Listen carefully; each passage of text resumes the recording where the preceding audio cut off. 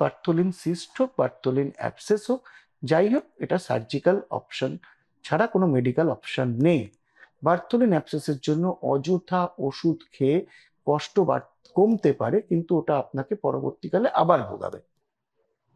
এবং অনেক ক্ষেত্রে যদি অপারেশনটা ভুল হয়, আমরা যেটা করি, আমরা মার্সুপিয়ালাইজেশন করি। অ্যাবসেস হলে সেটাকে ড্রেন করি এবং চেষ্টা করি একই সিটিংয়ে মার্সুপিয়ালাইজেশন করে দিতে, এবং সিস্ট হলে সেটাকেও মার্সুপিয়ালাইজেশন করতে হয়।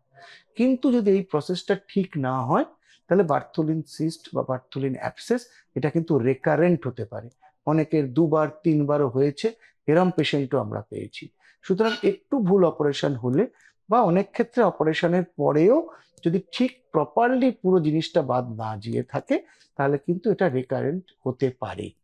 সুতরাং বার্থোলিন ক্যান অপারেশনের পরেও হতে পারে। সুতরাং এই অপারেশনটা যখন আপনাদের প্রবলেম হবে, ডাক্তার দেখাতে হবে এবং অভিজ্ঞ ডাক্তার দিয়ে এটা অপারেশন করাতে হবে। এছাড়া অন্য পথে ওষুধ খেয়ে আপনার কিছুদিন ব্যথা কমতে পারে, যন্ত্রণা কমতে পারে, ইনফেকশনটা চলে যেতে পারে, কিন্তু এটা আবার পরবর্তীকালে রেকারেন্সের চান্স কিন্তু খুব বেশি।